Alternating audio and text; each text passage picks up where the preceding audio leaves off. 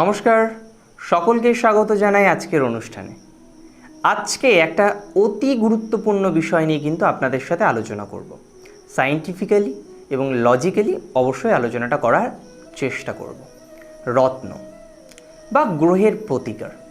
আমরা জেম ধারণ করি, মানে আমরা রত্ন ধারণ করি। আমরা বিভিন্ন রকম ক্রিয়া বা সেই গ্রহের রং অনুসারে চলারও চেষ্টা করি। কিন্তু প্রশ্নটা হলো, আমরা কোন গ্রহের প্রতিকার করব বলুন তো? যে গ্রহটি আমাদের নেগেটিভ রেজাল্ট দিচ্ছে সেই গ্রহের প্রতিকার করব, না যে গ্রহটি আমাদের জন্য পজিটিভ সেই গ্রহকে আরও বুস্টিং আপ করব? কোনটা করলে আমাদের জীবনে চলার পথে একটু সহায়তা হতে পারে? কি বলছে জ্যোতিষশাস্ত্র? অ্যানসিয়েন্ট বিভিন্ন পুস্তকে রেমেডি নিয়ে বিস্তারিতভাবে কিন্তু সেই অর্থে আলোচনা করা নেই।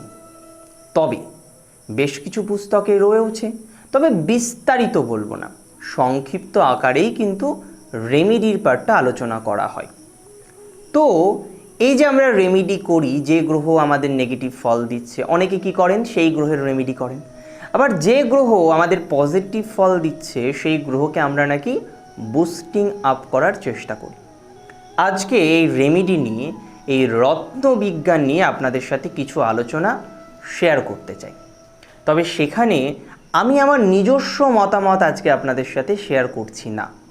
আজকে শেয়ার করব কেপি পদ্ধতির যিনি স্রষ্টা কৃষ্ণমূর্তিজির নিজস্ব কথন। 6 রিডারে কৃষ্ণমূর্তিজির সম্পর্কে বা কৃষ্ণমূর্তিজি রেমেডি নিয়ে, স্টোন নিয়ে বা রত্ন নিয়ে কি বলছেন চলুন আমরা দেখে নিই। কৃষ্ণমূর্তিজি লিখছেন, which gem will suit me.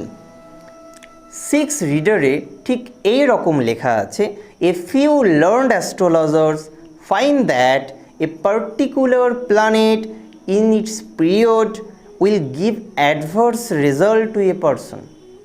তার মানে কোনো একটি গ্রহ তার নিজস্ব দশাতে কিছু যদি নেগেটিভ রেজাল্ট দেয়, so two mitigate the evil power, two mitigate the evil effects, they suggest a stone or gem governed by that malefic planet.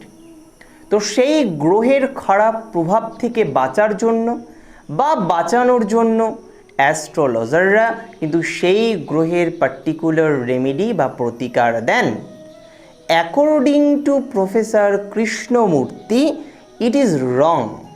কৃষ্ণমূর্তিজির অনুসারে এটি কিন্তু সঠিক নয়, and actually doing harm to the consultant, এবং বাস্তবিকভাবে যিনি consultancy নিতে এসেছেন তার কিন্তু ক্ষতি করা হচ্ছে। তার পরের প্যাসেজে বলছেন, suppose Venus has to cause diabetes.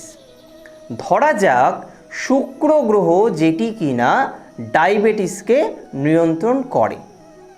If one suggests that sweets are governed by Venus, এখন কেউ যদি এটা সাজেস্ট করে যে শুক্র গ্রহ দ্বারা কিন্তু মিষ্টি নিয়ন্ত্রিত হয়, and one taking much of sweets, এবং সেই কারণে একজনের কিন্তু প্রচুর পরিমাণে মিষ্টি জাতীয় দ্রব্য খাওয়া উচিত, will reduce the evil effects by Venus.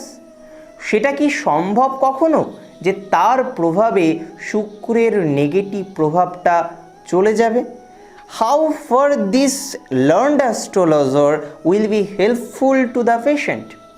সেই ক্ষেত্রে সেই শিক্ষিত বা সোকল্ড অ্যাস্ট্রোলজার কিভাবে তার ক্লায়েন্টকে শুশ্রূষা দিচ্ছে বা প্রতিকার দিচ্ছে। তার পরের প্যাসেজে বলছে, again if Mars denotes arrogance, independence, disobedience, etc., and thereby Mars threatens disputes among husband and wife. What is meaning of the suggestion to put on a coral on ruby indicate by Mars to keep ready a tathi or knife or a revolver loaded? তার মানে যে মঙ্গল গ্রহ যে arrogance নিয়ে আসছে, ডিসওবিডিয়েন্স নিয়ে আসছে, সেই গ্রহ যখন একজন হাজব্যান্ড আর ওয়াইফের মধ্যে প্রবলেম সৃষ্টি করছে, কি বুদ্ধিমানী হয় সেই মানুষটির হাতে একটা নাইফ বা ছুরি দিয়ে দেওয়ার।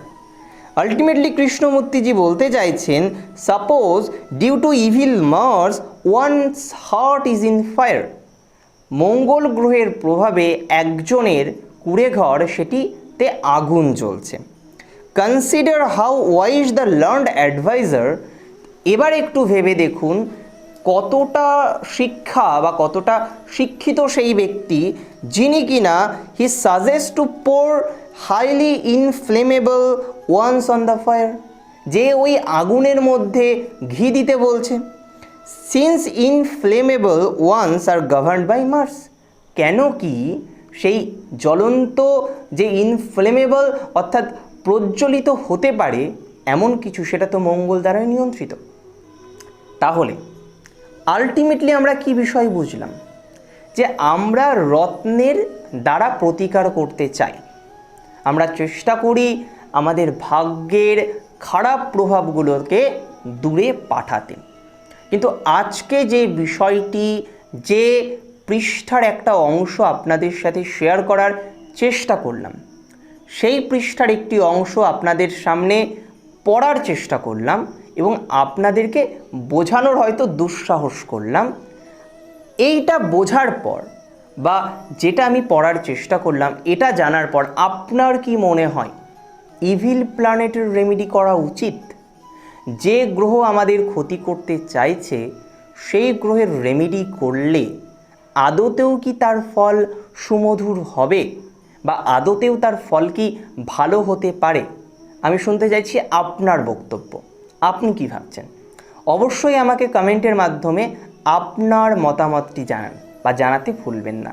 আর পরবর্তী রত্ন নিয়ে যে এপিসোড আসবে সেই এপিসোডে আমি চেষ্টা করব আরও ক্লারিফাই করতে, বিষয়টা সম্পর্কে যেটুকানি শিখেছি বা যেটুকানি বই পুস্তক পড়ে জেনেছি সেটা আপনাদের মাঝে তুলে ধরতে। আজকে তাহলে আজ্ঞা দিন, এখানেই আজকের এপিসোডটা শেষ করি। সকলে অনেক বেশি ভালো থাকুন, সুস্থ থাকুন এবং অবশ্যই প্রশাসন সরকারের সাথে থাকুন, পাশে থাকুন এবং নিয়মগুলো মেনে চলুন। আজকে এখানেই শেষ করলাম। নমস্কার।